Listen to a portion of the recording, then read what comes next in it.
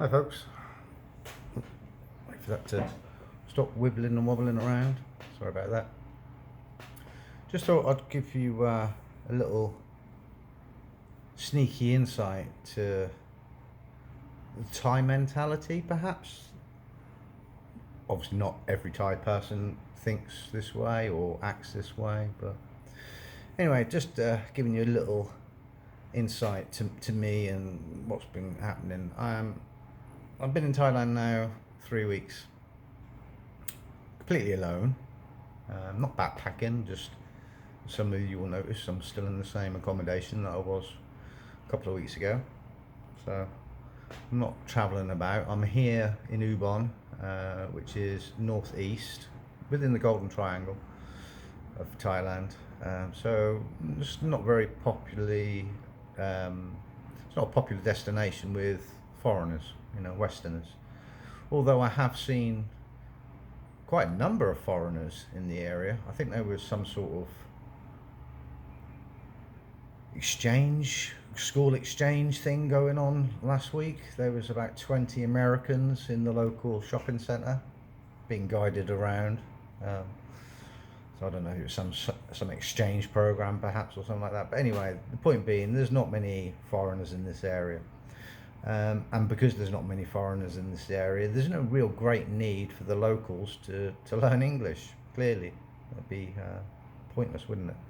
But anyway, it just brings me on to the topic of loneliness. Now, in the UK, I never really felt lonely. I didn't really date. I've been on my own pretty much most of the last 15 years, by choice. Well, I say choice. Well, yeah, I suppose it has been, because I haven't really put myself out there at all. Obviously, I'm kind of a little bit beyond the age of nightclubs and such like, so obviously that's a distant memory in my mind. Although I never really did much of the actual partying, I enjoyed the music, so I was there really much. My young club days were there enjoying the music and DJing and such like. So anyway, it just brings me on to today's topic of what to expect from, or possibly what to expect from, a Thai lady. Now, I never really engaged with online dating at all in the UK. Just wasn't all this back and forth, messaging and all that. I'm terrible. I just leave people hanging, don't respond. And it's not like I've got lots of people contacting me or anything. It's just that I just find it tedious. I really do. But it seems to be the kind of the way of the world. But anyway, I'm here in Thailand. I haven't got any of my, what I've come accustomed to surrounding me anymore. So things are different.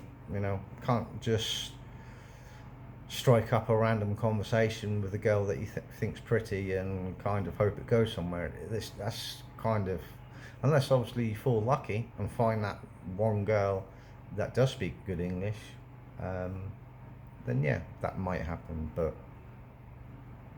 the chances of that happening are pretty slim, I'd say, especially in this area. If I was in Bangkok, Pattaya, Phuket, where there's lots of foreigners, yeah, there's a good chance perhaps that will happen. But then you have to ask yourself, what type of person are you then getting involved with in those types of areas? So anyway, it comes to the point that I think, I'll try this Tinder malarkey, this Tinder app. And I have tinkered with it in the past in the UK, and yes, I've had conversations and I have met the odd woman, but never really went anywhere. Wasn't comfortable for me. Don't ask me why. It's like a friend perhaps that could set you up on the blind date. So why it's so much different, I don't know. Maybe because obviously so much falseness happens online, isn't it?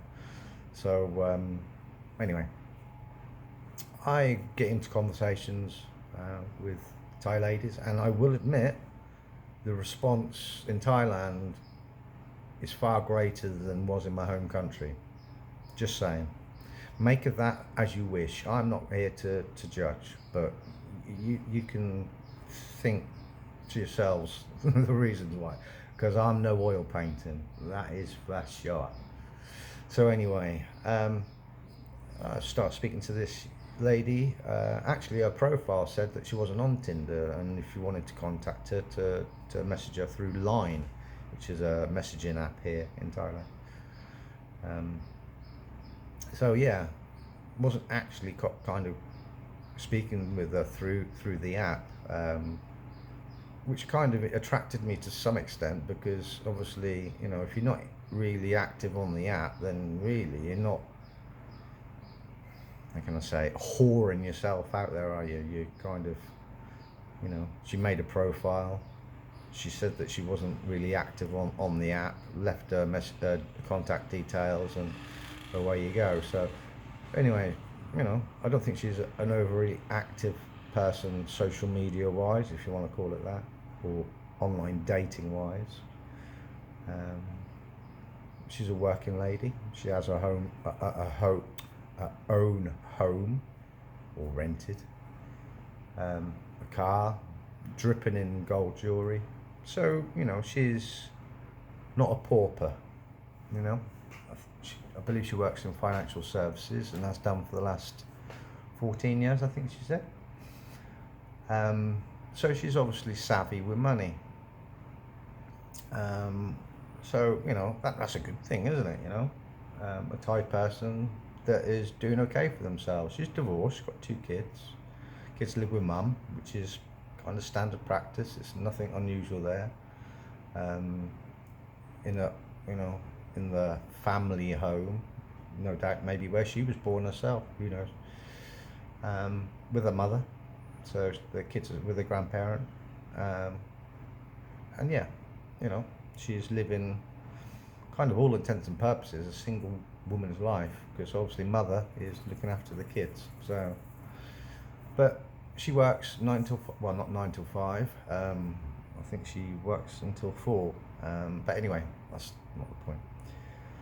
So we go out, we meet last night for a meal, lovely restaurant. Had seen it before, actually my first night here in Ubon, but chose to go to the restaurant next door because it had live music. Anyway, you know, nice view over the river, lovely food, wasn't overly expensive. But whilst we're communicating, and I will admit Google Translate was being used, because clearly my Thai isn't anywhere near as good as I thought it was, as some people will rightly so point out. But, you know, I know baby talk, I suppose. Conversation, yeah, limited, but I try, and obviously that's the main thing, to try. But anywho,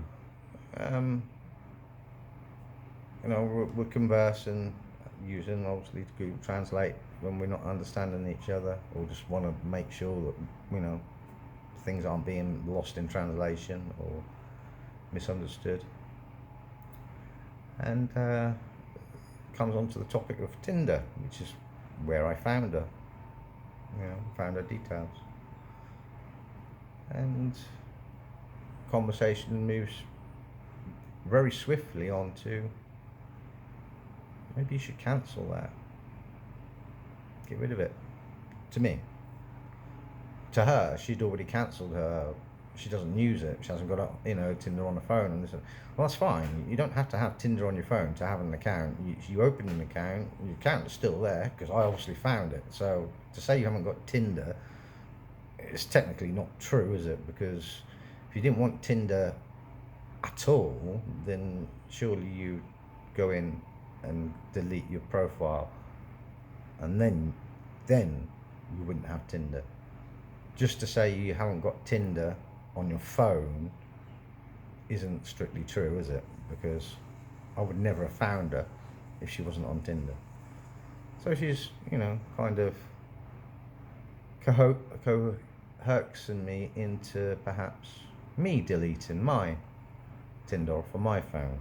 Well, I've only had it on my phone for a little over a week, And yes, I've been talking to, I don't know, 4 or 5 women, but they're all miles away.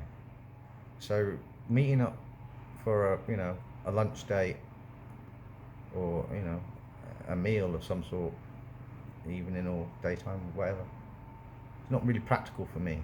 I've got to see my son Max, which is the main focus of me being here. It's a 2-hour drive one way and 2-hour drive, so it's a 4-hour, maybe depending on weather and traffic, it's at minimum 4-hour round trip. And I go seeing him in the evenings. So by the time I get back, I'm really in no fit state. I know it's probably only like 10 o'clock at this point, but I'm really, I'm so tired because I'm an old man that I really can't be bothered to do anything at that sort of time. And to be honest with you, there's nothing really going on after sort of like 9:30, 10 o'clock anyway. During the week, Monday to Thursday, because like Friday, Saturday, and Sunday are like, I think the main like going out nights. Maybe not even Sunday, but definitely Friday and Saturday are. So yeah, places are kind of still busy-ish on the weekend, but Monday through to Thursday, by 9:30, most restaurants are dead. You'd be lucky if there's 1 or 2 people there. And as much as I'm not going to a restaurant to obviously meet with people or be surrounded by people, it's just no fun in that. So I've generally just been eating street food. Why we've given it that name, I do not know. But anyway, street food from just a little vendor outside of a 7-Eleven or wherever, and eat my tom yum goong or tom yum gai or whatever, or some cow pat or whatever. So yeah, I've kind of led myself into this online dating experience with a Thai lady who's very swiftly asked me to cancel my Tinder account. Invited me to go see a waterfall, which, to be honest with you, I think I've already seen before the last time I was here, so I'm not that interested, but it's a lovely spot, so I wouldn't mind going back again, because I think actually last time I went in the dry season. Now it's kind of the rainy season. The waterfall might actually be doing something, because it wasn't doing a lot the last time I was here. But yeah, I don't know if it's the mentality or their thoughts around foreigners falling in love at a drop of a hat. Batter your eyelids, show a bit of interest, and the man is kind of lulled into falling in love with you really quick. Now, I will admit, I have been that fool. I have fallen in love with a beautiful girl literally the second she battered her eyelashes at me, and showed a bit of interest. But I'm almost 50 years fucking old. You can batter your eyelids as much as you like. You can be an absolute freaking stunner, bloody magazine model kind of stunning, and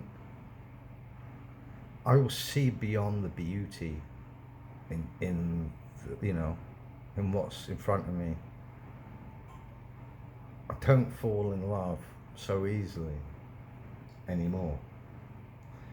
So for this Thai lady to kind of think that just one meal date, as nice as it was, she's a beautiful lady, her smile is incredible, and she looks, when she smiles, she just looks so happy, and so that's intoxicating. And maybe she knows that's her kind of selling feature, perhaps, because she wasn't you know, sexually dressed. She was quite conservatively dressed. So yeah, maybe she knows her selling point, and her selling point is her smile. I don't smile so much since I lost this front tooth. I kind of have become a little bit shy with my smile. Still happy inside, I just don't perhaps maybe show it so much externally because of this, you know. Which is another thing that makes you think, well, why on earth is such an attractive lady interested in this old fucker, you know? And obviously she's, as I've already explained, doing okay for herself. She's not selling bloody treats at, you know, side of the road for next to nothing, making, you know, if you're lucky, you know, 1,000 baht a day, and that's probably an exaggeration because obviously they've got cost involved, but you know, she's doing okay, or at least that's how it appears. She's divorced, for all I know. Her husband could be stinking rich and, you know, takes care of her, but that's you know, that's not the point. Point is, she doesn't, and she isn't, I should say, your typical Thai date. She's doing okay for herself. She doesn't clearly need someone like me in her life. You know, she's doing okay. Could she do better? For sure. Is 2 incomes coming into her home better than 1? For sure. I know how difficult it is living alone. I've done it for the last 15 years. And it's freaking hard. You got all the expense to yourself. So there's no one to share it with. Sharing the cost, sharing the burden. So why on earth, if you like, the hard sell? Get rid of Tinder, you know, let's be exclusive. I don't know this woman. She messaged me this morning